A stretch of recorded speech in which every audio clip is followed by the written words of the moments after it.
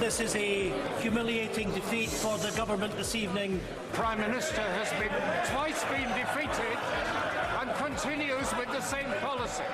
Theresa May's tweaked Brexit plan is trounced by MPs who will next vote on whether or not to leave the EU without a deal. A new documentary reveals that supporters of the terror group Islamic State have infiltrated a Greek refugee camp where they rule with an iron fist. We talked to the film's producer. Also, European leaders scoff at French President Emmanuel Macron's new vision for the EU, branding his idea of the bloc's renaissance as utopian.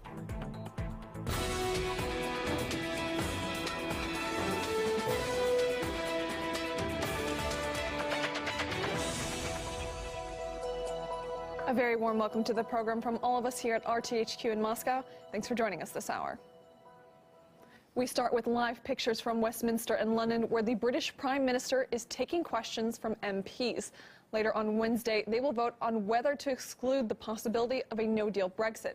This comes after Theresa May's Brexit deal was again heavily defeated by Parliament on Tuesday in an evening of high tension. Can you identify a single case, say since the American War of Independence, in which a Prime Minister has twice been defeated and continues with the same policy?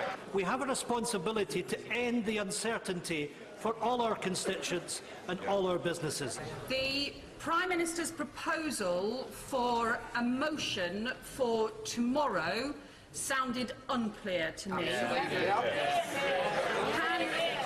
This is a humiliating defeat for the government this evening, and this deal should not come back in any way, shape, form again. Well, MPs are now gearing up to return to the Commons for another vote on Brexit. The issue being debated and then voted on later today is whether politicians will agree to leaving the EU without a deal. Now, that's likely to be rejected, in which case on Thursday there is going to be another subsequent vote on whether to delay Brexit. And if that happens, Theresa May would have to go back to Brussels once again and request a delay. That would leave London at the mercy of Brussels, of course, and the mood in Brussels is pretty thunderous. So really, political uncertainty, the theme of the week here. We do not know how everything will shape up by the end of it.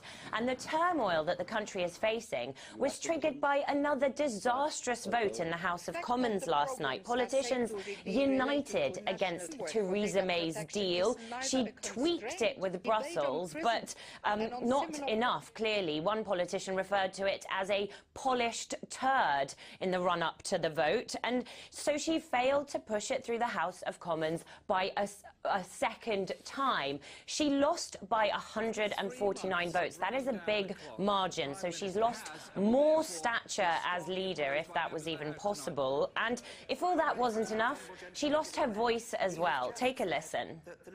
I profoundly regret the decision that this House has taken tonight.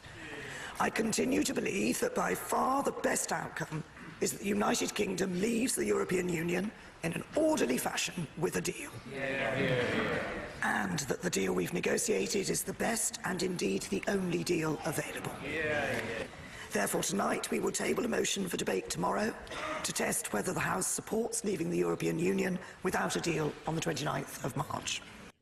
Well, the leader of the opposition, Jeremy Corbyn, didn't hold fire. He tore into her deal and her handling of the Brexit process altogether. Take a listen to what he had to say. The government has been defeated again by an enormous majority, and they must now accept their deal, their proposal. The one the Prime Minister has put is clearly dead and does not have the support of this House.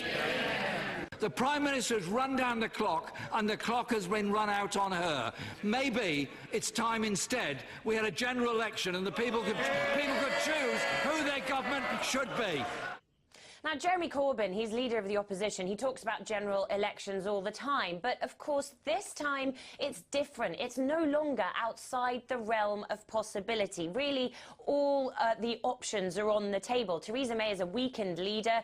It's hard to argue that she's still in control of the Brexit process. And the way the parliamentary system works is that every time there is a vote, politicians can bolt on extra issues and amendments with enough support. So this could steer the process either back towards no deal, even through potentially accidentally, even if it's rejected tonight, it could still get back to that, or it could steer the process back towards no Brexit if there is enough support for another referendum. With 2 defeats to her Brexit deal in as many months, May is facing the pressure, and not just from MPs. A new poll shows that 50% of people in Britain would now support the Prime Minister's resignation. But as Jeremy Corbyn renewed his calls for a general election today, May lashed back, saying that there was only one thing more worrisome than Brexit. I've been working for leaving the EU with a deal. Businesses and business organisations have been clear across the UK that they want MPs to back the deal. Yes, businesses worry about the uncertainty of Brexit, but there's one thing they worry about more, and that's a Corbyn government. With May's deal as good as dead and no clear alternative in sight, the mood in Europe is one of frustration. Here's Paula Sleer, who's in the French capital, with more.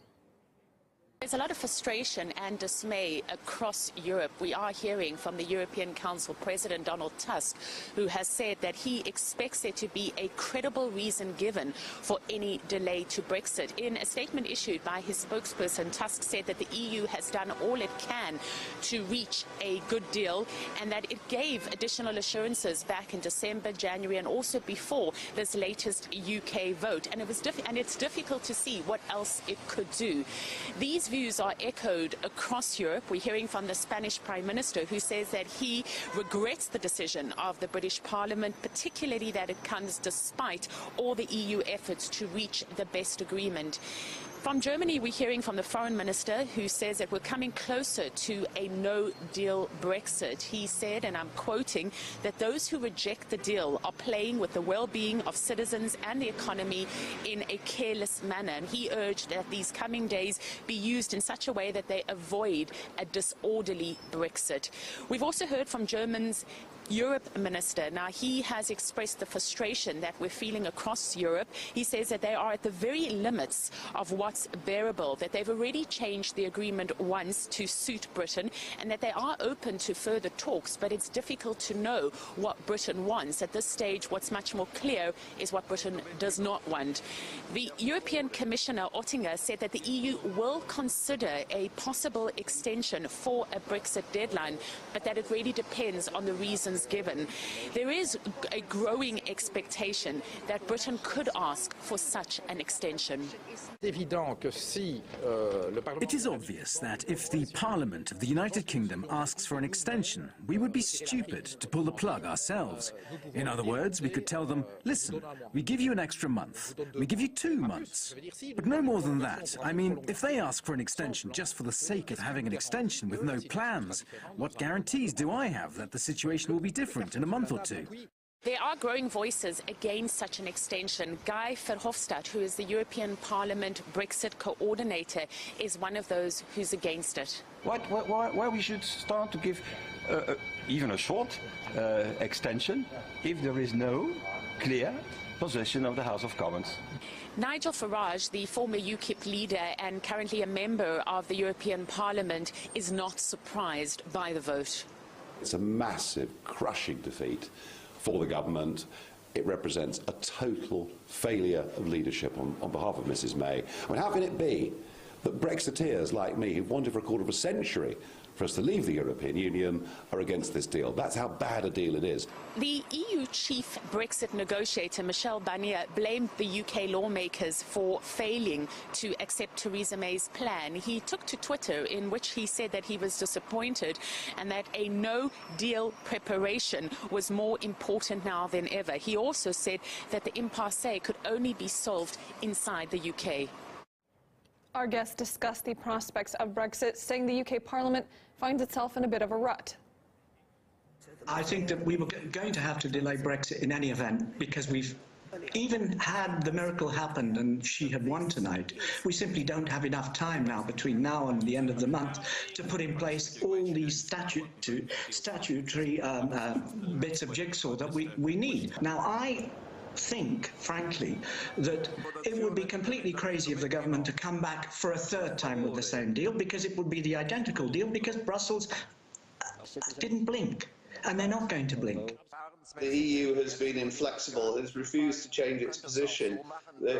I think in some ways, though, you could say that the EU obviously wants Britain to remain a member, and I suppose that all the way through it's had two goals. The first one is, if possible, to persuade Britain to go back on the vote, but secondly, that if there is going to be a Brexit, that they don't want to set an example of Brexit being easy for any other member. Something is going to have to be done in the next 2 days to make politicians start to really genuinely work together to get some kind of decent outcome out of this chaos.